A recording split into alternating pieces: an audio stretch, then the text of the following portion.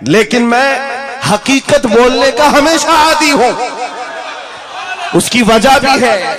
अभी नाज़िम इजलास आपसे कह रहे थे, नाज़िम इजलास ये बात कह रहे थे, ये किस तरह से निडर होकर के बात बोलते हैं, मेरी बात नहीं है। आप मुंबई चल करके देखें, ये मोइनुल मशाइख जिस वक्त चाहे जिस मामले पर चाहे खुल करके बोलते हैं। या अगर मैं बोलता हूं, बात सिर्फ इतनी है मेरे अजीजों, हक बोलने के लिए खून साफ होना चाहिए और माँ बाप अच्छे होने चाहिए। नारे तकबीर, नारे रिसालत, उर्से सरकार शाहे मीरा, मुहाफिज़े नामूसे रिसालत। हलाल खून हो और माँ बाप सही नस्ब के हो। हक बोलने में डर किस बात का है, खौफ किस बात का है।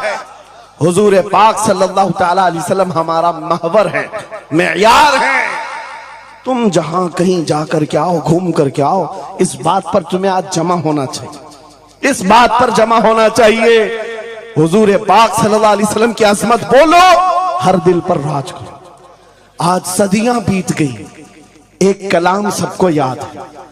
अभी मैं आपको बताऊं, 2 साल पहले किस कुत्ते ने क्या भौंका हुजूर की शान में, लोग भूल गए।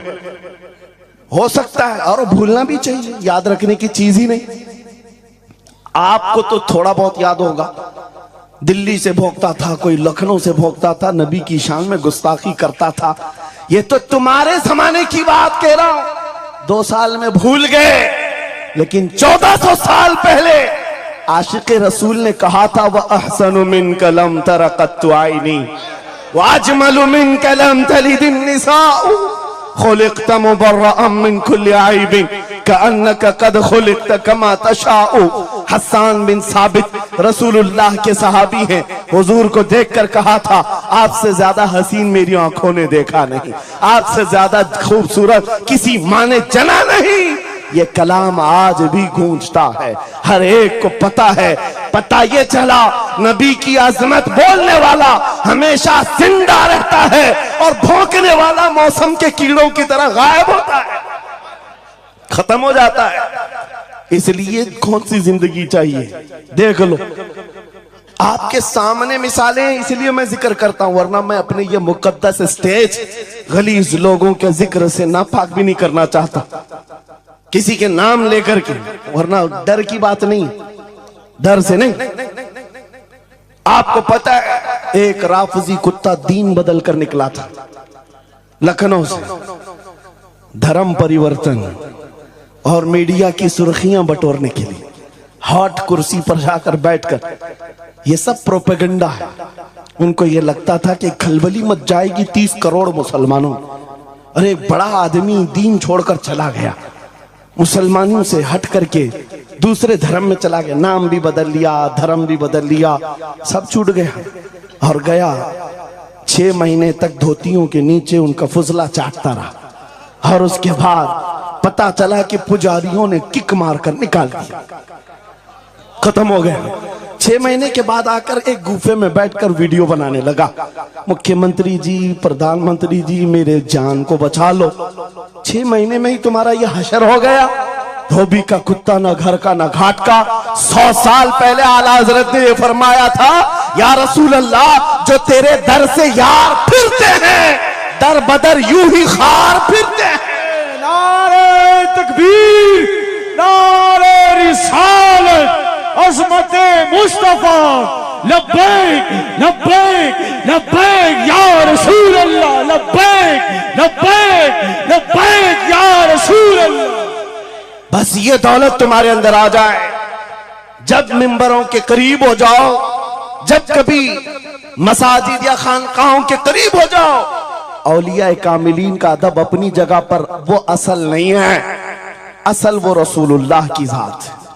कि कुछ लोग ये समझ बैठते हैं कि औलिया हमारे पीरान इज़ाम, मेरे अजीजों ये जरिया है नबी तक पहुंचाने का, और अगर कोई पीर तुमको रसूलुल्लाह तक नहीं पहुंचा रहा है तो फिर वो 2 नंबर वाला है, वो हुजूर की अजमत नहीं बताता, हुजूर तक नहीं ले जाता, वो 2 नंबर का है, झूठा है। मौलाना रोम फरमाते हैं शीशे पर कभी दिन के वक्त सूरज की रोशनी पड़ती है और शीशे को तुम जिधर घुमाओ सामने भी रोशनी पड़ती। बचपन में हम करते थे, छोटा सा शीशा लेते, सूरज को दिखाते और उस पर रोशनी आती है, जिधर भी करो इधर उधर रोशनी जाती रहती है। मौलाना जलालुद्दीन फरमाते हैं वो जो जमीन पर इधर उधर रोशनी घूम रही है वो शीशे की रोशनी नहीं है, धोखा मत खाना, ये सूरज की रोशनी है। सूरज की रोशनी शीशे पर पड़ी और ये शीशा जिधर घूमा उधर रोशनी। इसलिए याद रखना, पूरी जमीन पर जितने औलिया कामिलीन हैं ये शीशे के मानंद हैं। इनके दिलों पर जो रोशनी पड़ती है वो मदीना तैयबा गुंबद खजरा से आती है और ये फिर जिस तरफ जाते हैं उस तरफ रोशनियां होती हैं। लेकिन साथ में तुम्हें ये याद रखना कि ये रोशनियां असल नहीं, इनके कल्ब पर जो रोशनी पड़ रही है वो गुंबद खजरा से आ रही है। बस वो असल चीज को मजबूती से पकड़ो। कुरान यही कहता है वातसिमू बिहब्लिल्लाहि जमीआ, अल्लाह की रस्सी को मजबूती से पकड़ लो। आबरूए माज़ना में मुस्तफास, उनके जो हम गुलाम थे, खल्क के पेशवा रहे, उनसे फिरे जहां फिरा फिराई कमी वखार में। सबब कुछ और है जिसे तू खुद समझता है, जवाल बंदे मोमिन का बेजरी से नहीं।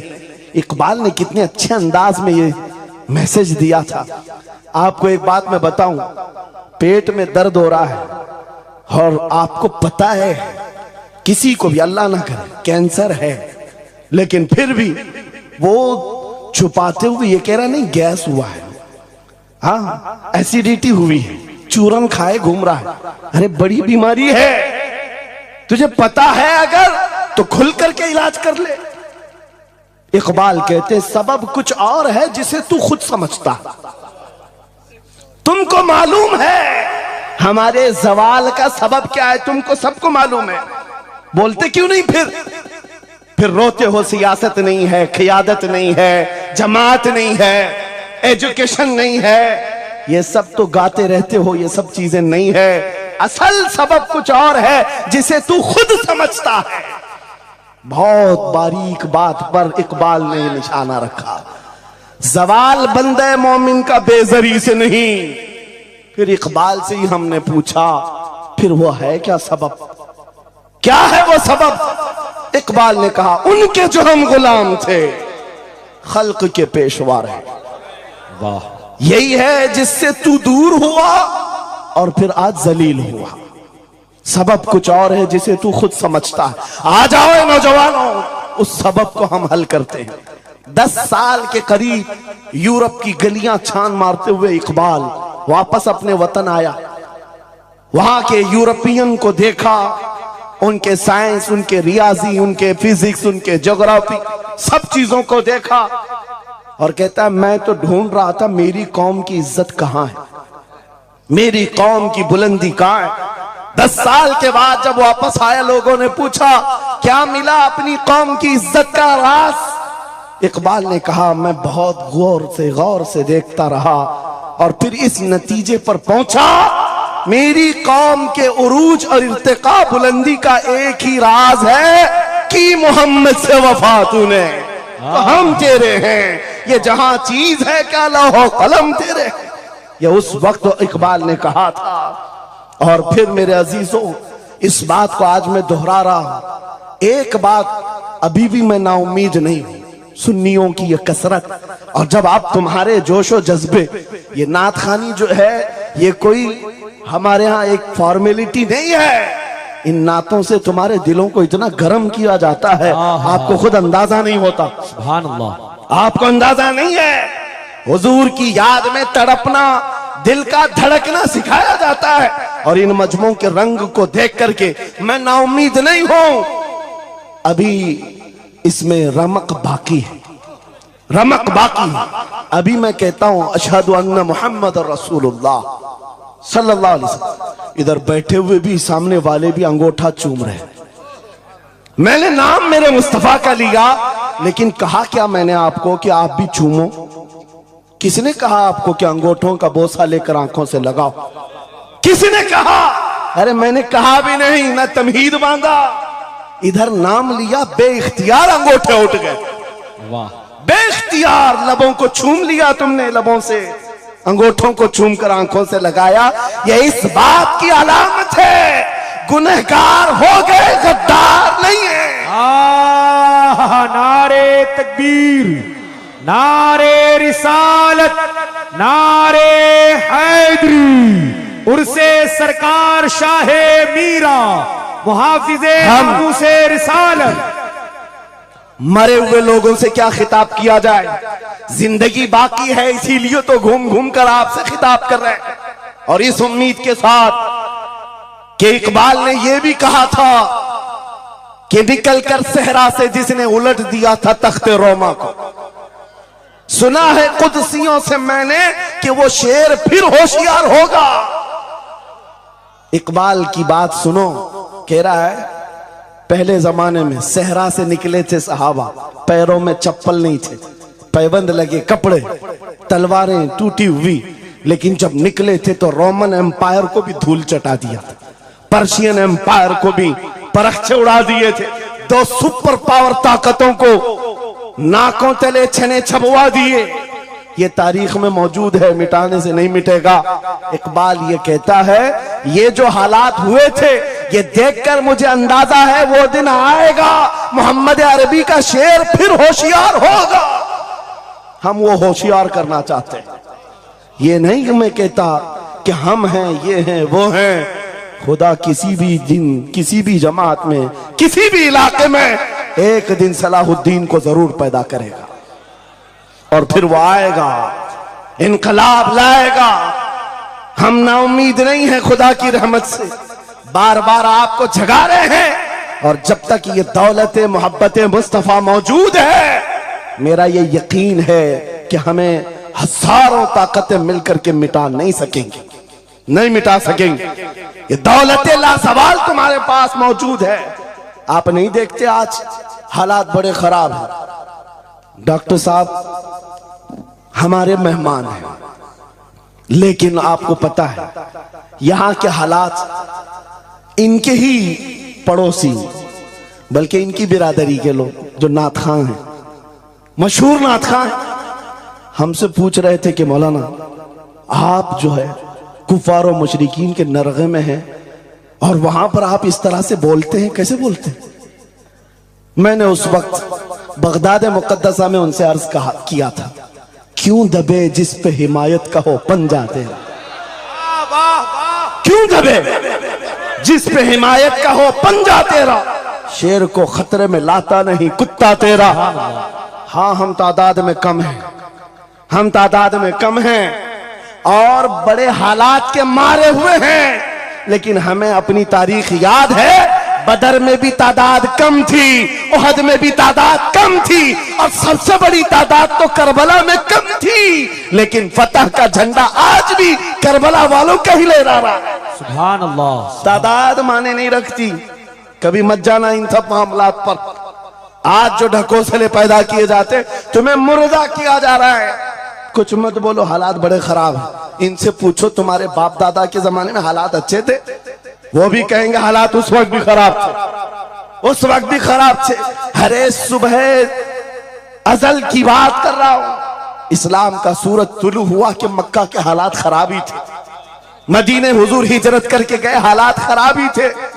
मैं आपको बताऊं, मेरी फिक्र करने वाले उलमा बड़े बड़े सादा बहुत दुआ करते हैं, लेकिन साथ में ये भी कहते हैं थोड़ा सा एहतियात से, क्या आपका होना यहाँ कौम के लिए जरूरी है। इमाम हुसैन के होने से कितना फायदा होता, मगर उस हुसैन आजम ने ये नहीं देखा, बल्कि निकल करके उस मैदान में निहत्ते बच्चों के साथ चले आए थे। उस रुखसत पर नहीं अमल किया था, अजीमत का रास्ता इख्तियार किया, चले आए।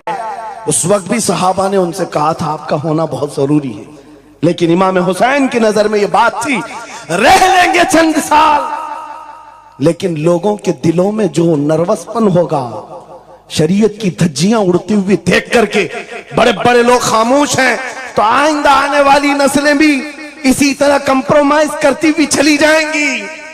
मेरे अजीजों, मैं आज खुल करके बताता हूं, मेरी पुष्ट पनाही करने के लिए बड़े बड़े उलमा मौजूद है।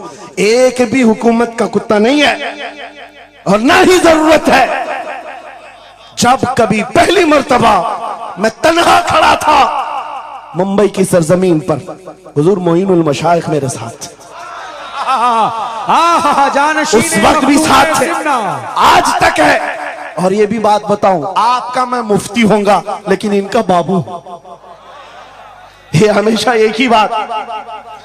ये सारी चीजें मेरे साथ हैं, लेकिन फिर भी मैं खुल करके आपके साथ ये कहता हूं, बच्चे मेरे भी, बीवी, खानदान मेरा भी है, लेकिन एक चीज सताती है आज कि अगर आज आप सबकी बातें सुन करके हम भी कहें थोड़ा जी लेंगे, हम भी 10 साल 12 साल 14 साल जो जिंदगी मिल जाए जी लेंगे, क्योंकि इनको ना बोलेंगे तो छोड़ देंगे, आसानी से रहने देंगे।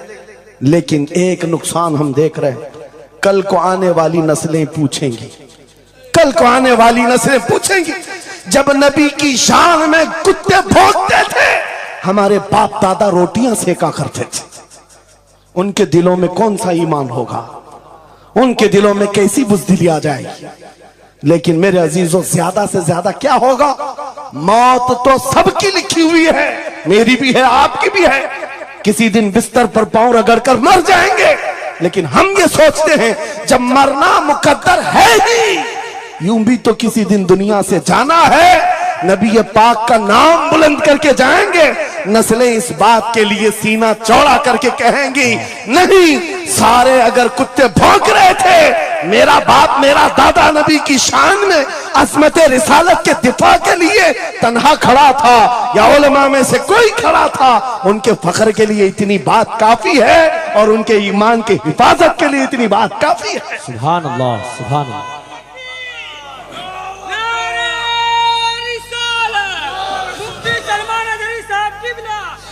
इस अज़मत रिसालत के लिए आपको क्या समझ में आता है, बहुत दिन हो गए हमारे आराम के, बहुत दिन हो गए सुकून के, नबी के नाम पर हमने रोटियां बहुत खाई, हुजूर की इज्जत पर क्या क्या नहीं मिला हमको।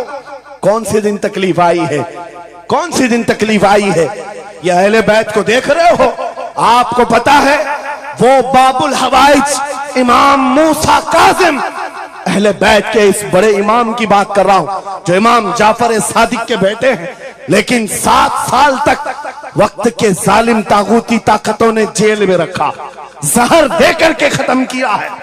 आपको पता है इमाम मोहम्मद बिन हसन अस्करी, जिनको जहर देकर के खत्म किया गया, अहले बैत था जिन्होंने 20-20 साल जेल काटी है।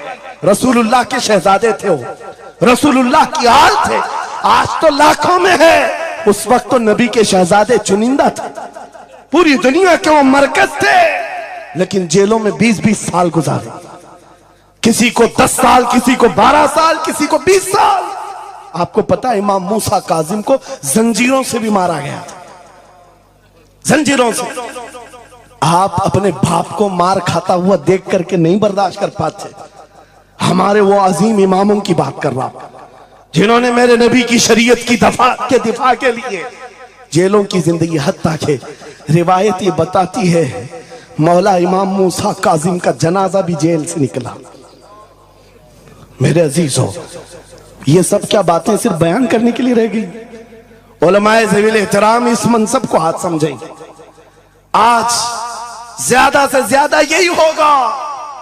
इसी किछोछा मुकद्दसा के एक बुजुर्ग थे जो मेरे बहुत बड़े आइडियल है, सैयद मुजफ्फर हुसैन कछोछे।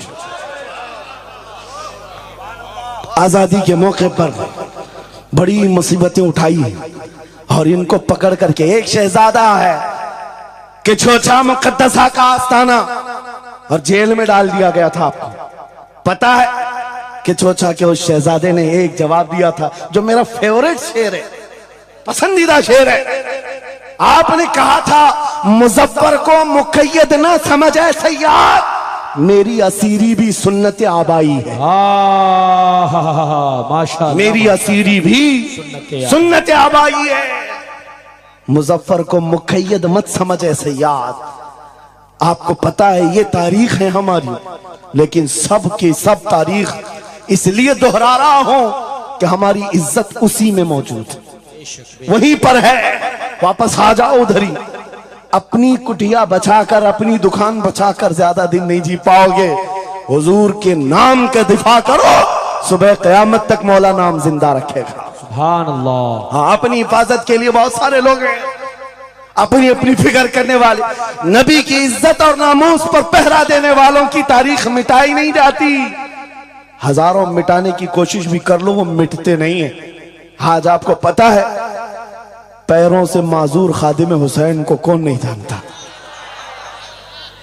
लोगों को डर भी लगता है उनका नाम लेने में, कि गरजता था बंदा और खुद व्हील चेयर पर बैठता, लेकिन लाखों को खड़ा होना सिखा दिया। किस बात पर? क्या अपने बाप के कसीदे पढ़ता था? क्या अपने खानदान के कसीदे गुनगुनाता था? एक ही बात, रसूलुल्लाह की अजमत पर बात, हुजूर की इज्जत पर बात करो तो फिर पता चलता है 8 साल के बच्चे से लेकर 80 साल के बूढ़े के दिल में भी अल्लाह खुद मोहब्बत डालता है। वाह, सुभान अल्लाह। खुद मोहब्बत डालता है। सब चीजें मौजूद हैं उसी जात पर। एक बात मैं अब आपके सामने कहता हूं, गुफ्तगू समेटता हूं। आला हजरत का मसलक देखो, मिशन देखो, और आपको उसी बात पर मैं लाकर जमा कर दूंगा। और सुन्नियों का मजमा मुझे पता है, आधा शेर में पढ़ूंगा, आधा ये खुद ही कंप्लीट करेंगे। और गारंटी के साथ कहता हूं, मुझे पता नहीं यहाँ के मजमे के बारे में, लेकिन इतनी गारंटी जरूर है आप कंप्लीट करेंगे। क्यों? हमें पता है मिजाज इश्क रसूल का, हमें पता है मोहब्बत मुस्तफा का। सुनो, मैं कहता हूं, वो जो न थे तो, वो जो न हो तो, ये गारंटी है हमारी, ये गारंटी है। आधा जुमला भी कह दो सुन्नी के पास, वो जो ना हो तो, हाँ, ये कंप्लीट खुद करेंगे। क्यों? ये अकीदा भी है, ये ईमान भी है, ये हमारी जान भी है। वो जो ना हो तो। अब सुनो मेरे अजीजों, जब तुम्हारा दिल पुकार कर कह रहा है वो जो ना हो तो, हमारे नाम के साथ वो जो ना हो तो, हमारी जिंदगी में वो जो ना हो तो, हत्ता के कब्र में चले जाओ, बहुत सारे जवाब दे दें, तुम्हारा रब कौन, तुम्हारा दीन क्या। मेन सवाल तो यही होगा, मा कुंत तक़ूलु फी हक़्क़ि हाज़ा रजुल। बल्कि बात सही अहादीस में मैं कह रहा हूं, एक ही सवाल का जिक्र भी आया है, कब्र में एक सवाल का जिक्र भी आया है, और फरमाया गया सिर्फ एक सवाल ये होगा, बता इस रसूल के बारे में क्या कहता था। वाह, बोलना पड़ेगा, बोलना पड़ेगा। फिर मैं पूछता हूं, कब्र में भी वो जो ना हो तो कुछ ना हो।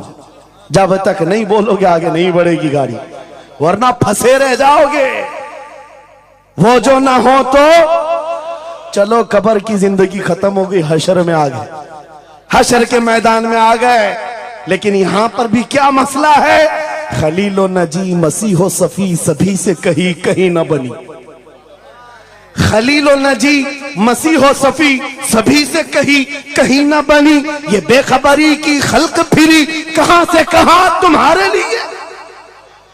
वहां पर भी सबके पास फिर करके आती है कौम उसी मोहम्मदुर रसूलुल्लाह के पास आए। और शफाअत शुरू कहां से हुई? रसूल पाक से शुरुआत हुई, और उसके बाद इख्तिताम तक मेरे आका फरमाते हैं, कयामत के दिन मेरी हालत ये होगी, मेरे कंधे पर चादर पड़ी होगी और वो कभी खसक खसक कर गिर रही होगी। एक हाथ से मैं अपनी चादर संभाल रहा हूंगा और दूसरे हाथ से अपने उम्मतियों को पकड़ पकड़ कर जन्नत में ले जा रहा हूं। ये मैदान कयामत की बात है। फिर पूछता हूं, महशर में भी वो जो ना हो तो, कयामत के मैदान में भी वो जो ना हो तो, अरे तुम्हारी अजान कंप्लीट होती है, अजान में भी वो जो ना हो तो, नमाज में भी जब तक सलाम नहीं भेजोगे, नमाज में भी वो जो ना हो तो, कहीं पर भी बच नहीं सकते। इसीलिए आला हजरत ने कहा था बखुदा खुदा का यही है डर, नहीं और कोई मफर मकर, जो वहां से हो यही आके हो, जो यहां नहीं तो वहां नहीं। जब तुम्हें समझ में आ गया वो जो ना हो तो कुछ ना हो, वो जो ना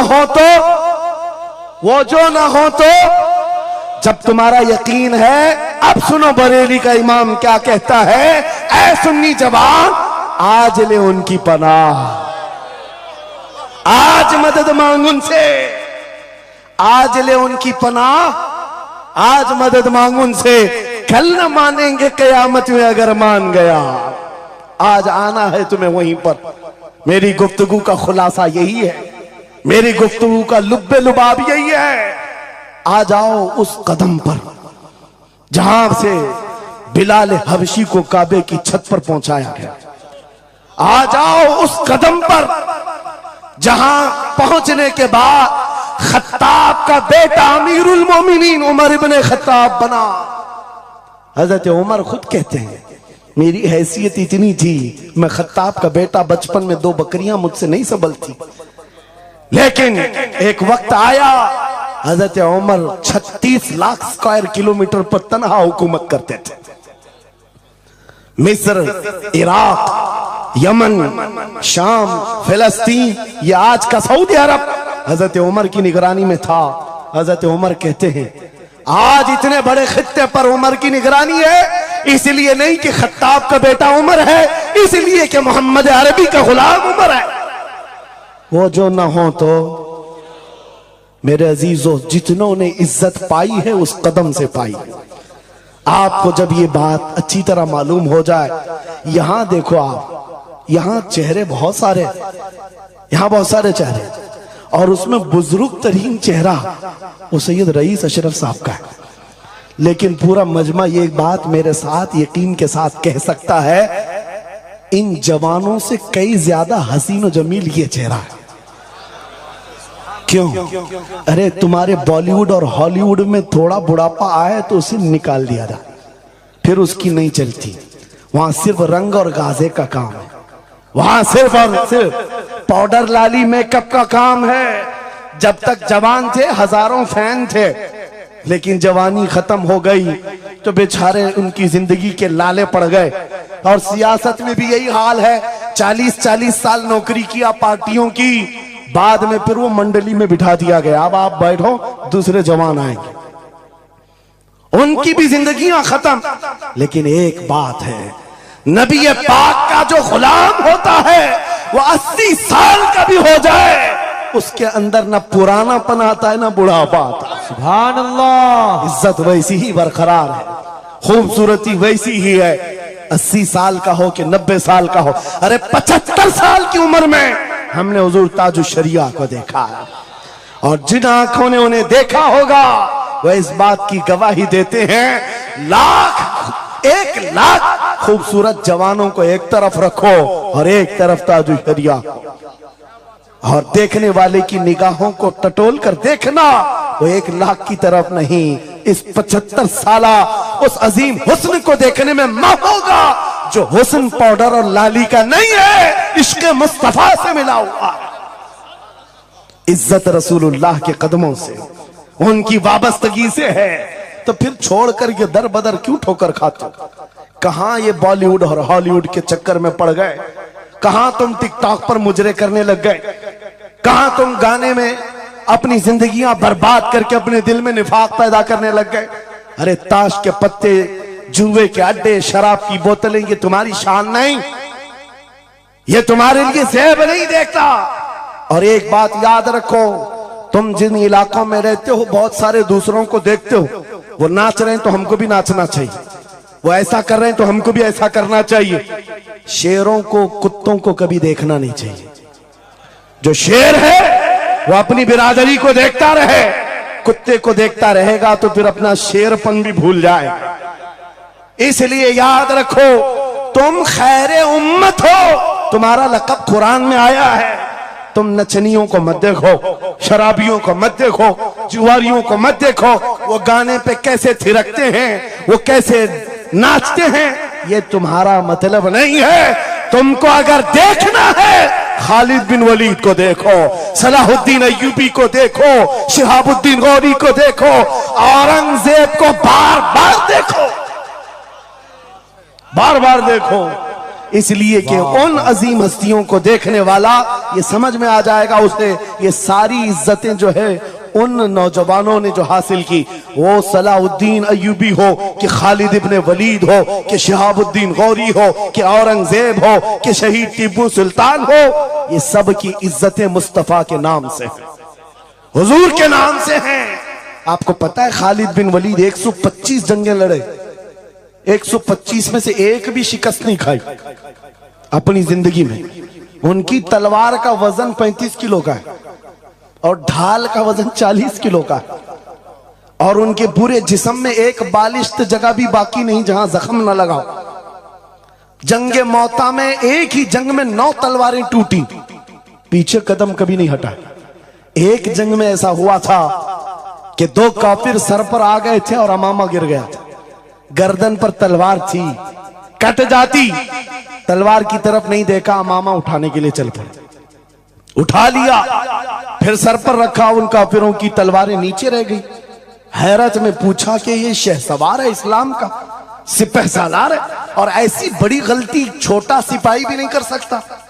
जब तलवार गर्दन पर हो तो ये टोपी और अमामा उठाएगा।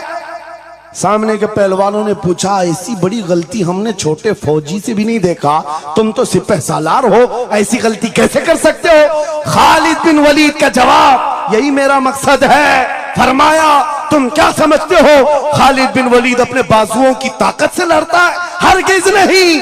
इस अमामे में मेरे रसूल पाक के 3 मुँह मुबारक हैं। माशाअल्लाह। मेरा यकीन है जब तक ये सर पर होते हैं मुझे ताकत देते हैं। नारे तकबीर, नारे रिसालत, अज़मते सहाबा। अजीज़ान गिरामी वक़ार, बस आ जाओ इस नुक्ते पर, जिंदगी पूरी टटोल कर देखना, हर बड़े किरदार की तुम्हें एक ही उन्सुर नजर आएगा, जिसने नबी पाक पर जितना अपनी फिदाइयत का इजहार किया, मौला ने उसको उतना ही बुलंद किया, उतना बुलंद किया। अरे बीमारी के आलम में लकवा, फालिज, ये बहुत अजीब खतरनाक बीमारी, हाथ भी नहीं उठता, पैर भी नहीं उठता, इलाज भी नहीं होता, लेकिन ऐसी बीमारी में भी अस्कंदरिया की सरजमीन से शरफुद्दीन बूसीरी ने पुकारा था, मुहम्मदुन सय्यिदुल कौनैन वस्सक़लैन वल फरीक़ैन मिन अरब व मिन अजमी, मौलाया सल्लि व सल्लिम दाइमन अबदा अला हबीबिका खैरिल खल्क़ि कुल्लिहिम। 170 अशार लिखकर अपने नबी की बारगाह में अपनी मोहब्बत का इजहार किया था। जानते हो, नबी आए भी और अपना हाथ फेर करके लकवा और फालिद से सही भी किया और चादर भी इनायत किया, लेकिन जिस वजह से मैं ये बात कर रहा हूं, आज पूरी दुनिया में घुमाओ, अफ्रीकी हो कि अमरीकी हो कि हिंदी हो कि पाकिस्तानी हो, लेकिन एक कसीदा सबको याद है, मौलाया सल्ली व सल्लिम दाइमन अबदा अला हबीबिका खैरिल खल्क़ि कुल्लिहिम। मैंने बहुत तहकीक करके देखा, शरफुद्दीन बूसीरी का ये कसीदा अक्सर को समझ में नहीं आता, लेकिन गुनगुनाता हर कोई है, पढ़ता हर कोई है। पता ये चला कमाल बूसीरी का नहीं है, जो नबी की अजमत बोलता है मौला उसे सलामत रखता है, सुभान अल्लाह, जिंदा रखता है। आला हजरत जिंदगी भर मेरे नबी का नाम लेते रहे, आज मजमू में उनका नारा है। हमारे मजमे उनके नारे के बगैर कंप्लीट भी नहीं होते। हम में से कौन देखा हुआ है आला हजरत? कोई नहीं देखा हुआ है, लेकिन हुजूर के इश्क की बुनियाद पर हर जगह ये चर्चा है। इसीलिए मेरे अजीजों, आओ खिराज अकीदत पेश करते हैं उस बारगाहे मुस्तफा में, और इस बात का अज़्म करके चलेंगे, ये तमाम इख्तिलाफात हटा दो, खत्म कर दो, एक चीज पर जमा हो जाते, जो चीज रसूलुल्लाह ने सहाबा में डाली थी। हजरत बिलाल हबशी को सुना है? जानते हैं ना? हबशी थे, काले थे, चौड़े होंठ वाले, चौड़ी नाक वाले जो हबशी होते हैं उनको हबशी कहा जाता है। हजरत बिलाल हबशी थे और एक साहबी हजरत अबू जर, इन दोनों के दरमियान झगड़ा हो गया, छोटा सा झगड़ा। झगड़े के दरमियान हजरत अबू जर ने सिर्फ इतना कहा, या उम्मत सौदा, या इब्न उम्मत सौदा, ऐ काली मां के बेटे। हजरत बिलाल को इतना कहा, काली मां के बेटे। हजरत बिलाल को ये बात लग गई और दिल में ये बात रखा और हुजूर की बारगाह में आकर कहा, या रसूल अल्लाह, दिल दुखता है। कहा क्यों? अबू जर ने आज कहा, ऐ काली मां के बेटे। हुजूर जलाल में आए, मस्जिद में आए, मिंबर पर आए, कहा बुलाओ अबू जर। आए और हुजूर पाक सल्लल्लाहु अलैहि वसल्लम ने डायरेक्ट जो फरमाए, हदीस के अल्फाज हैं, अफीकल जाहिलिया, क्या अभी भी तुम्हारे अंदर ज़माने जहालत की बुराइयां हैं? 3 बार कहा और उसके बाद हुजूर गजबनाक होकर जैसे ही अंदर गए, हजरत अबू जर तड़पने लगे, बेकरारी। दौड़ करके आए, हजरत बिलाल का हाथ पकड़ा, कहां है बिलाल? हजरत बिलाल मिल गए तो हाथ पकड़ करके ले आए। मैं किस लिए कह रहा हूं, कान खोल के सुन। छोटी छोटी बातों पर मशाइख से उलझ जाते हो, बड़ों को आज बदतमीजी के साथ बात करते हो। सहाबा में हुजूर ने जो मोहब्बत डाली थी किस बुनियाद पर? हजरत बिलाल का हाथ पकड़कर हजरत अबू जर ले आए मस्जिद में। कहा, ओ बिलाल, गलती हो गई, मैंने तुमको इब्न उम्मी सौदा कहा, काली मां का बेटा कहा। हजरत बिलाल कहते वो बात हो गई, खत्म हो गई। कहा नहीं, खत्म नहीं हुई, मेरे नबी नाराज हैं, आका नाराज हैं। फिर क्या किया? हजरत बिलाल ने कहा मैंने माफ कर दी। हजरत अबू जर कहते ऐसे नहीं, ऐसे नहीं। हजरत अबू जर नीचे जमीन पर सो गए। कहा बिलाल, तुम अपना ये काला पांव, इसका तलवा मेरे चेहरे पर रगड़ो, चेहरे पर रगड़ो, ताकि मुझे एहसास हो कि मैंने किससे उलझा है, किससे उलझा है। अपने आप को नीचे लिटा दिया। कहा बिलाल, अपना पांव मेरे चेहरे पर रखो, एहसास जब हो जाए नबी के गुलामों। हजरत बिलाल कंधे पकड़कर उठाते हैं। कहा अबू जर क्या कर रहे हो? मेरा पांव तुम्हारे चेहरे पर, अल्लाह कभी ना करे। आओ सीने से सीना मिलो, मैं जिसका गुलाम हूं उसके तुम भी गुलाम हो। सुभान अल्लाह। यह उनकी इज्जतें थी। एक ही महवर था वो नबी पाक की इज्जत, एक ही मरकज था। काश वो चीज अगर आज आ जाए, ये सब भूल जाएंगे इख्तिलाफात। असल बात ये, जिहालत इतनी भरी हुई है, ये छोटे छोटे तबकों में बैठ करके पता नहीं किसको किसको कोसते रह जाते हैं। अरे जिसको बोलना हो उसको बोलने से पहले इतना तो सोचो, नबी की बात करता है, हुजूर का गुलाम है, आशिक रसूल है। लेकिन एक बात, तुम खराबियां छोटी सी भी पा लेते हो तो चर्चा करते हो, इतना चर्चा करते हो। क्या ये फरिश्ते हैं? हर एक से गलतियां हैं, हर एक की गलतियां हैं। जितना चर्चा एक गलती को लेकर करते हो, कसम खुदा की बताओ, अपने दिल पर हाथ रखकर उसकी एक अच्छाई मिले तो क्या इतना चर्चा करते? क्यों नहीं करते? इसका मतलब है दिल बीमार है तुम्हारा, साथ ही हसद है, जिसको लेकर किसी को टॉन्ट करते हो, किसी को तानाजानी करते हो। सोशल मीडिया इस पर भरा पड़ा हुआ है, नए नए मुफत्तिन इस तरह के मुनाजिर आए हुए हैं। फितना अंगेज लोग, वो अपने दिलों का इलाज करें, वरना मुनाफिकत आ जाएगी, मुनाफिकों में शुमार होगा। अरे तुम्हारी एनर्जी गुस्ताखाने रसूल के लिए रखो, आशिकाने रसूल के लिए नहीं। जितनी ताकत लगाना है उन कुत्तों के खिलाफ लगाओ जो नबी पर भौंकते हैं और जो जिंदगी भर नबी की अजमत की नौकरी करते हैं। तुम्हारी जुबानें उनके लिए खुलती हैं। बहुत उम्दा। कैसा आलमिया है, कैसा आलमिया है। जिंदगी भर नबी की नात पढ़ने वाले को एक कूड़ा करकट जमा करने वाला सब्जी बेचने वाले के सामने खड़े होकर अपना ईमान साबित करना पड़ रहा है। बड़े बड़े मशाइख को आज सर्टिफिकेट दिखाना पड़ रहा है, मैं भी मोमिन हूं, मैं भी मोमिन हूं। और किसके सामने? यह गली कूचों पर, नुक्कड़ पर बैठ करके मुनाजरे करने वालों पर, जिनके ईमान का कोई ठिकाना नहीं। लेकिन मैं आपको कहता हूं, इन गद्दारों से अपने आप को बचाओ। नबी की आजमत जिसके पास देखो, सारे इख्तिलाफात भूल जाओ, उसकी इज्जत करो, बेशक उसकी इज्जत करो। इसलिए कि कल क़यामत के दिन तुम्हें जब खड़ा होना है शफाअत के लिए, तुम भी उसी नबी को पुकारोगे, वो भी उसी नबी को पुकारे। लेकिन एक बात सुन करके जाओ, मेरे आका ने फरमाया मेरा उम्मती, ये नहीं कहा मेरी अहले बैत, अहले